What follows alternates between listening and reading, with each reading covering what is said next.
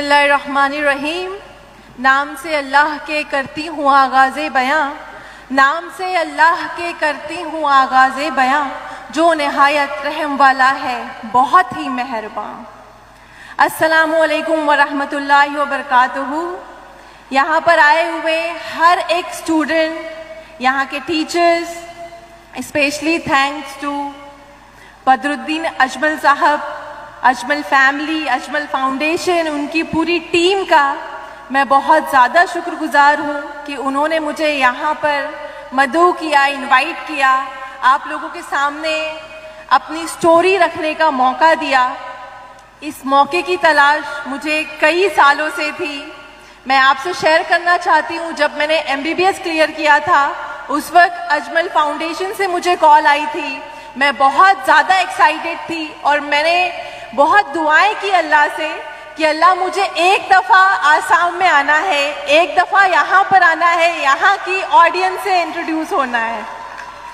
और I am so happy, मैं आपको बता नहीं सकती मैं कितनी ज़्यादा खुश हूँ, अल्लाह की शुक्रगुजार हूँ कि आज वो दिन है, आज वो मौका है कि मैं आज आपके सामने as a motivation speaker, as a MD doctor, as a life coach खड़ी हूँ और आपसे मुखातिब हो रही हूँ। मेरे लिए बहुत प्राउड की बात है।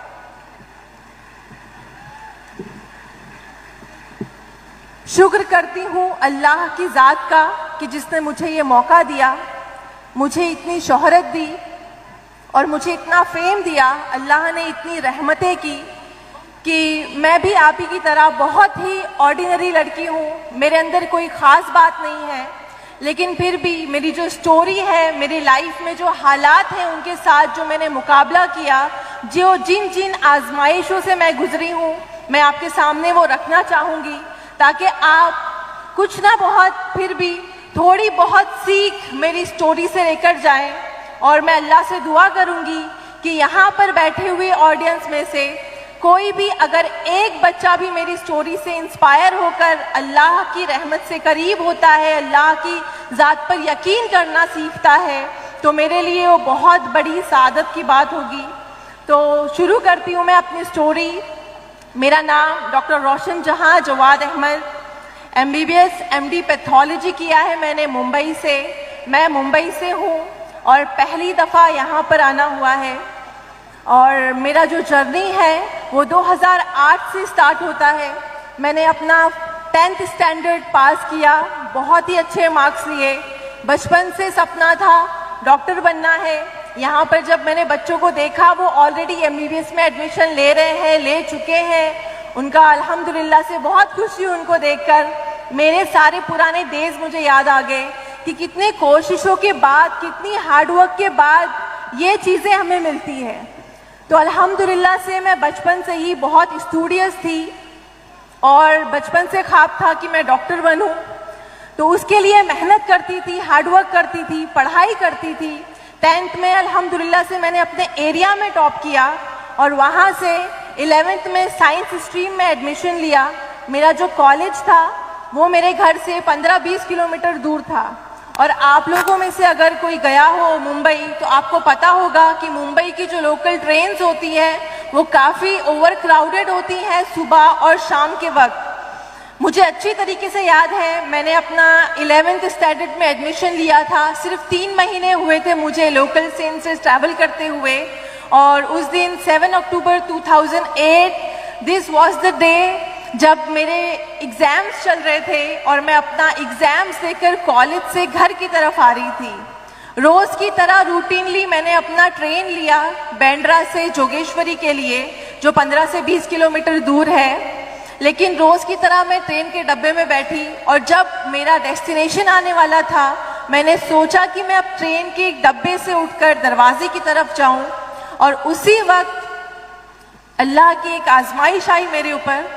मैं उस चलती हुई ट्रेन से गिर पड़ी।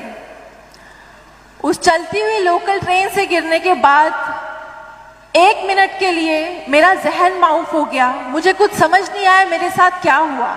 जब मैंने आंखें खोली तो ट्रेन की जो पहिए थे बहुत नज़दीकी से मेरे सर के ऊपर से जा रहे थे।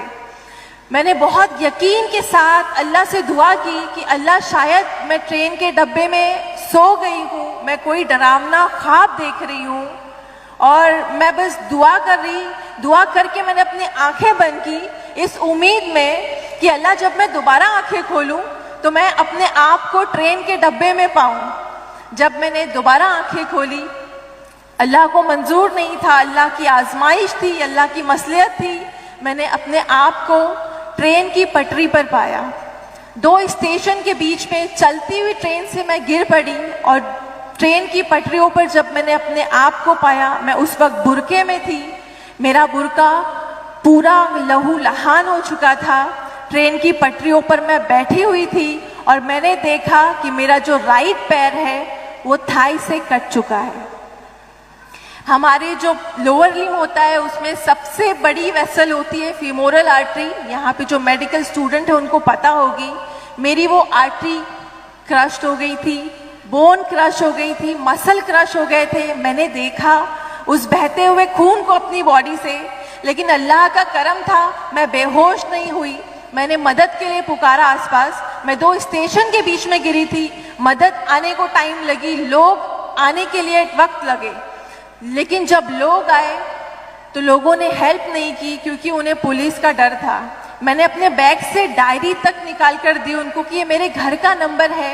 एटलीस्ट उस वक्त मेरे जहन में एक ही बात चल रही थी कि मैं इस हालत में हूँ, खुदा ना खास्ता मैं मर जाऊं तो मुझे लावारिसों की तरह नहीं मरना है। एटलीस्ट कोई एक फैमिली मेंबर मेरे पास होना चाहिए।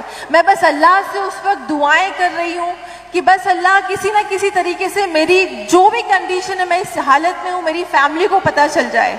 ये बात 2008 की है। उस वक्त सेल फोन इतने आम नहीं होते थे, हर बच्चे के पास सेल फोन नहीं होता था। तो मेरे बैग में एक डायरी थी, उस पर घर का फ़ोन नंबर था। मैं बस लोगों से रिक्वेस्ट कर रही थी कि मेरे घर पर फ़ोन लगा दो। अल्लाह की आजमाइश थी, किसी ने फ़ोन नहीं लगाया। मैं बहुत देर तक उस रेलवे ट्रैक पर पड़ी रही। फिर रेलवे वर्कर्स आए, मुझे उठाकर स्टेशन से गवर्नमेंट हॉस्पिटल लेकर गए बाय प्रोटोकॉल। और अल्लाह की दूसरी आजमाइश उस वक्त आई जब मुझे गवर्नमेंट हॉस्पिटल लेकर गए और वहाँ पर डॉक्टर का स्ट्राइक चल रहा था। कोई भी डॉक्टर नहीं था available, only nurses was there. Nurses ने मेरी सुपरफिशियल ड्रेसिंग की और मुझे ट्रॉली पर छोड़ दिया। मेरा एक्सीडेंट सुबह में हुआ और शाम तक मैं उस हॉस्पिटल के ट्रॉली पर कॉरिडोर में ऐसे ही पड़ी रही। बाय द टाइम मेरी फैमिली को जब इंफॉर्मेशन मिली, वो लोग आए, मुझे डिस्चार्ज कराकर प्राइवेट हॉस्पिटल लेकर गए और फिर वहाँ से मेरा सही ट्रीटमेंट हुआ। 3-4 महीने मैं एडमिट रही और उस प्राइवेट हॉस्पिटल जाकर जब मुझे बेहोशी का इंजेक्शन लगाया, एनेस्थीसिया दिया गया, तब मैं बेहोश हुई। मल्टीपल सर्जरीज हुई और उसके बाद जब मैं होश में आई तो मुझे मेरी बड़ी बहन ने बताया, जो बहुत शॉकिंग था मेरे लिए, कि मुझे ऐसा लग रहा था कि मेरा एक पैर कटा है जो थाई के पास से राइट पैर है। तो उन्होंने मुझे ये इन्फॉर्मेशन दी कि बेटा तुम्हारा दोनों पैर उस ट्रेन एक्सीडेंट में कट गया है। मेरा जो राइट पैर है वो थाई से नहीं है और जो लेफ्ट पैर है वो नी से नहीं है। मैं आपके सामने इस वक्त यहाँ पे प्रोस्थेसिस आर्टिफिशियल लिम्ब पर खड़ी हूँ। अल्हम्दुलिल्लाह, अल्लाह का लाख लाख शुक्र है, एटलीस्ट मैं खड़ी हूँ आपके सामने। मैं चल पा रही हूँ आपके सामने। अल्लाह का बहुत बड़ा करम है। लेकिन जब 2008 की बातें मैं याद करती हूँ, उस वक्त कोई आइडिया नहीं था कि क्या होगा ज़िंदगी के साथ। और मैं आपको बताती चलूँ कि मेरे जो अब्बू थे, हमारी फाइनेंशियली कंडीशन काफ़ी लो थी उस वक्त। मेरे अब्बू वेजिटेबल वेंडर थे, उनकी एक हाथ गाड़ी थी कांदे और बटाटे की। उस वक्त घर का गुजारा काफ़ी मुश्किल था। जिस वक्त मेरा एक्सीडेंट हुआ, आप बिलीव नहीं करेंगे, मेरी फैमिली के पास सिर्फ 1000 रुपीज़ थे और वो भी हमें अपने घर के ओनर को रेंट पे करना था। उस मुश्किल हालात में यहाँ पे मैं देख पा रही हूँ बहुत से 16 साल के बच्चे हैं, 15 साल के बच्चे हैं। आप इमेजिन कीजिए कि 1 मिनट में आपसे दोनों पैर छिन जाएं, आपके घर के माली हालात ऐसे हो, कोई उम्मीद नहीं हो, आप क्या क्या सोचेंगे, आपके जहन में कितनी सारी चीजें जाएंगी। सेम कंडीशन मेरी थी। जब मुझे प्राइवेट हॉस्पिटल शिफ्ट किया तो मेरे जहन में ये चल रहा था, मेरे माँ बाप कैसे अफोर्ड करेंगे ट्रीटमेंट। और जो लोग मेरी इयादत को आते, मुझे देखने आते, तो वो रहम दिली में कुछ ऐसी बातें करते जो मुझे बुरी लगती, जो मेरे दिल को चूर चूर कर देती, मेरा दिमाग शैटर्ड हो जाता उस वक्त, कि जो भी जुमले बोलते वो, कि 16 साल की बच्ची है, मुस्लिम माशरे से ताल्लुक़ रखती है, इसके माँ बाप ऑलरेडी इतने गरीब हैं, इनके पास एक वक्त के खाने के लिए पैसे नहीं है। ऐसे हालात में 16 साल की बच्ची के दोनों पैर चले जाना, जिंदगी भर के लिए परमानेंट डिसेबल हो जाना, कैसे करेंगे इसके माँ बाप सरवाइव? ये कैसे सरवाइव करेगी? इसको तो उस एक्सीडेंट में मर जाना चाहिए था, इसको अल्लाह ने क्यों जिंदा रखा है? ये सारे अल्फाज मैं सुनती अपने कानों से, और मेरा भी 16 साल का जहन था, मैं भी सोचती कि अल्लाह ने मुझे दूसरी जिंदगी क्यों दी है? इससे बेहतर होता कि अल्लाह मुझे उस वक्त मौत दे देते।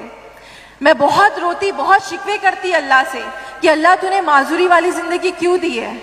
मैं अपने आप से करवट नहीं ले पा रही हूँ, मैं उठ नहीं पा रही हूँ, मैं हर एक छोटी चीज, एक बेसिक नीड, वॉशरूम की नीड, मैं उस चीज के लिए पे अपनी फैमिली पर, अपनी अम्मी पर डिपेंड हो गई हूँ। बहुत बहुत पेनफुल फेज था वो मेरे लिए, बहुत डिप्रेशन वाला फेज था कि एक 16 साल की बच्ची जिसको उस उम्र में अपने माँ बाप की खिदमत करनी चाहिए, मैं उस उम्र में, उस फेज में ऐसे हालात थे मेरे ऊपर कि मैं फिर से अपनी अम्मी पर, अपनी फैमिली पर एक एक छोटी छोटी चीज के लिए डिपेंड हो गई थी। मुझे बहुत बुरा लगता, मैं अल्लाह से बहुत शिकवा करती।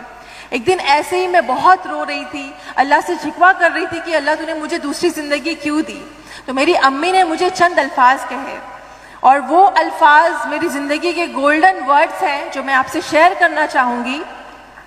मेरी अम्मी ने मुझे कहा, हालांकि मेरी अम्मी ज़्यादा पढ़ी लिखी नहीं है, लेकिन मेरे वालिदैन का अल्लाह पर जो पुख्ता यकीन है, मैं आपसे ज़रूर शेयर करना चाहूँगी कि उनका इतना ज़्यादा यकीन है अल्लाह की ज़ात पर कि आज मेरा एक्सीडेंट 2008 में हुआ था और आज 2023 चल रहा है। इन 15-16 सालों में एक दफ़ा भी मैंने अपने वालिदैन को कभी भी अल्लाह से शिकवा करते हुए नहीं देखा कि अल्लाह तूने मेरी बेटी के साथ ऐसा क्यों किया। जनरली हमारे माँ बाप बहुत डिप्रेस हो जाते हैं बात जब औलाद की होती है तो, लेकिन अल्हम्दुलिल्लाह से अल्लाह ने मुझे इतने अच्छे वालिदैन अता किए, अल्लाह का लाख लाख शुक्र है कि उन्होंने आज तक ना मेरे सामने आंसू बहाए मेरी माजूरी को लेकर, मेरे एक्सीडेंट को लेकर। और अम्मी ने मुझे उस वक्त ये अल्फाज कहे कि बेटा हम फ्यूचर नहीं देख सकते, हम भले ही अशरफुल मखलूकात हैं, हायर स्पीसीज है, हमारे पास ब्रेन है, लेकिन हम मुस्तकबिल नहीं देख सकते। सिर्फ अल्लाह की ज़ात को पता है कि आपके साथ फ्यूचर में क्या होने वाला है और अल्लाह ने क्या रखा है। अल्लाह अपने उन्हीं बंदों को आजमाता है, उन्हीं को आजमाइशों में डालता है, उन्हें मुश्किलात में डालता है जिन्हें वो अजीज है, जिन्हें वो मोहब्बत करता है। और अल्लाह की आजमाइशों पर उसके सच्चे बंदे सब्र करके आगे बढ़ते हैं। तो अल्लाह ने आजमाइशें दी है अगर तुमको, तो तुम अल्लाह की प्यारी बंदी हो। और इस जहान में, इस दुनिया में सारी चीज अल्लाह की अमानत है। तुम्हारा जिस्म, तुम्हारी दौलत, तुम्हारी हर एक चीज अल्लाह की अमानत है। ये रिश्ते, माँ बाप, तो अगर अल्लाह ने तुमसे 2 मामूली पैर ले भी लिए तो उससे शिकवा किस बात का?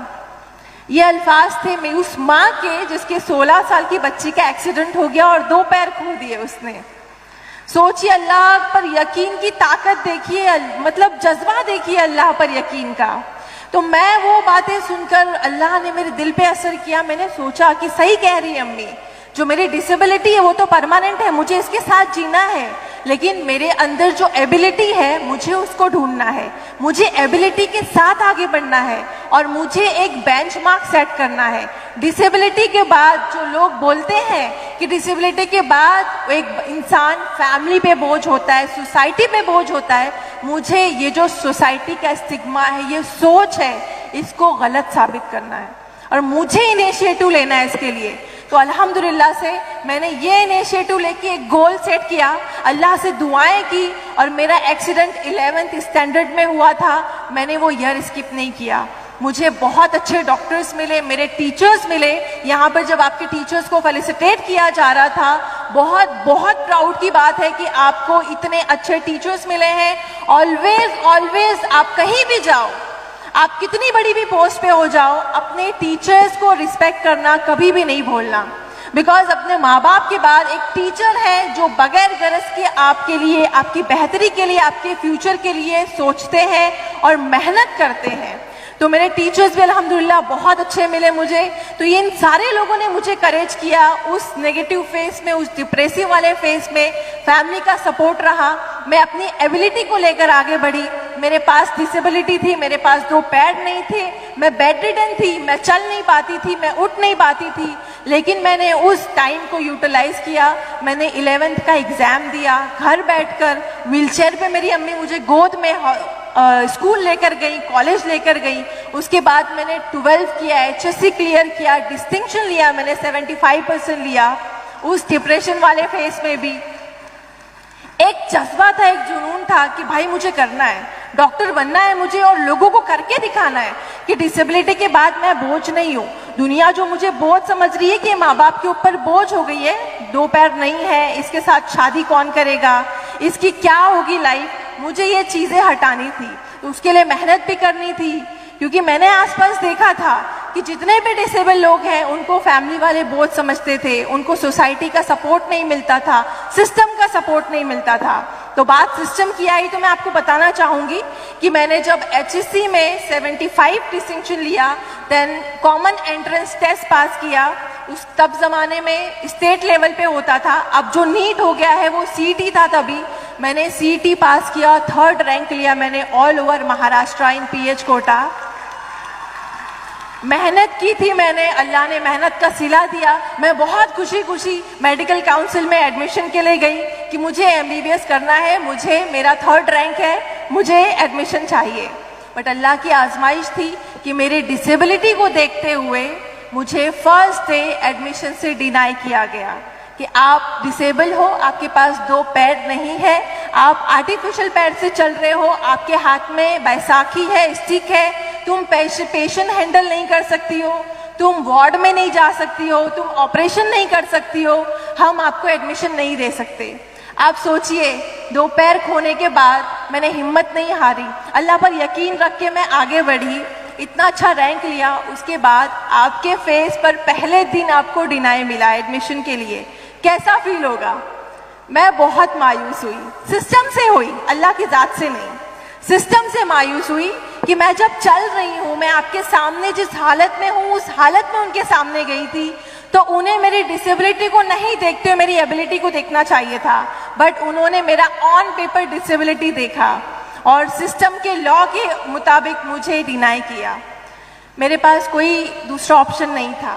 मुझे लगा कि शायद मेरा डॉक्टर बनने का सपना पूरा नहीं होगा, लेकिन मैं आपको बार बार कह रही हूँ कि अल्लाह की ज़ात पर जब पुख्ता यकीन हो, आपके माँ बाप की दुआओं का साथ हो और आप जब अपना 100% दो ना किसी भी ख्वाब को पूरा करने के लिए, अल्लाह गैब से रास्ते निकालता है। और ये मेरे साथ एक दफ़ा नहीं, कई दफ़ा हुआ है। अल्लाह ने गायबाना मदद की है मेरी। हम सिर्फ कहानियों में, स्टोरीज में, हदीस में सुनते हैं कि अल्लाह गैबी मदद करता है। बेशक अल्लाह की ज़ात पर वैसा यकीन करेंगे ना आप, शुबे वाला नहीं, पुख्ता वाला यकीन कि आपने मांगी अल्लाह से रोकर दुआ, अल्लाह पूरा करेगा। देर लगेगी, ठीक है, मुझे यहाँ आने में 15-16 साल लगे, देर लगेगी, लेकिन आपका सपना ज़रूर पूरा होगा। तो मैंने अल्लाह से दुआ की, आने के बाद मायूसी थी, अल्लाह से दुआ की, अल्लाह मुझे कोई ना कोई रास्ता दिखा। एक तू ही है जो एक कून कहने से सारे रास्ते क्लियर हो जाते हैं। तो उस वक्त मुझे मेरे डॉक्टर की कॉल आई, उन्होंने कहा एक आखिरी रास्ता है, आप बॉम्बे हाई कोर्ट जाओ एडमिशन के लिए। मेरे लिए बहुत शॉकिंग था कि कोई भी स्टूडेंट एडमिशन के लिए कोर्ट कैसे जाता है, और कोर्ट के नाम से हर कोई डरता है। मैं भी बहुत डरी कि कोर्ट कैसे जाना है, क्या करना है, कोई प्रोसीजर पता नहीं था। बट हिम्मत की, मुझे पछतावा नहीं चाहिए था ज़िंदगी में कि मैंने अपना एक आखिरी रास्ता भी छोड़ा। मैं बॉम्बे हाई कोर्ट गई, मेडिकल काउंसिल के अगेंस्ट मैंने केस किया, और मेरा केस मुंबई का पहला केस था जो बॉम्बे हाई कोर्ट में 86% डिसेबल लड़की ने मेडिकल में एडमिशन के लिए किया था। रेफरेंस के लिए कोई केस नहीं था, एग्जाम्पल के लिए कोई केस नहीं था। मेरा जीतना, मेरे हक में फैसला आना बहुत नामुमकिन था, लेकिन अल्लाह से दुआएं की, माँ बाप से कहा दुआएं करने। 3-4 महीने मेरी हियरिंग हुई, सारे एविडेंस अगेंस्ट थे की डिसेबिलिटी है, एक मेडिकल लॉ है जो 20 साल पुराना है, उसके अकॉर्डिंग जो 40 to 70% डिसेबल है वही एलिजिबल कैंडिडेट है। मैं 86% ऑन पेपर डिसेबल हूँ, मतलब 86% माजूर हूँ, तो इस वजह से मुझे डिनाई मिला था। अब उस लॉ को, जो 20 साल पुराना कानून है, उसको चैलेंज करना बहुत बड़ी बात है। और सबको लगता था कि शायद मेरे हक में फैसला नहीं आएगा, मुझे भी लगता था कि नहीं आएगा, लेकिन वो एक मौजज़े का वेट था, इंतज़ार था कि क्या पता जजमेंट के दिन कुछ ऐसा हो जाए जो मैंने सोचा भी ना हो। और जब आखिरी दिन था, और इन 3 सालों में मैंने कभी भी लोकल ट्रेन से ट्रैवल नहीं किया था एक्सीडेंट के बाद से, मुझे लोकल ट्रेन की आवाज़ सुनकर डर लगता था, पूरा फ्लैशबैक होता था। लेकिन एक जज्बा था, मैंने कहा आपको, मुझे जिद हो गई थी कि मैं किसी ना किसी तरीके से, मुझे जज को ये दिखाना था कि मेरे अंदर पैशन है, मुझे मेडिकल में एडमिशन दिया जाए। मैंने पहली दफ़ा एक्सीडेंट के बाद जजमेंट के आखिरी दिन लोकल ट्रेन ली मेरे घर से बॉम्बे हाई कोर्ट। और ये बात जज को बहुत ज़्यादा इम्प्रेस हुई कि एक नॉर्मल बंदा लोकल ट्रेन में ट्रैवल नहीं कर सकता, ये लड़की इतना जिद है इसको कि इसको मेडिकल में एडमिशन चाहिए, उसके लिए लड़की कुछ भी करने के लिए रेडी है।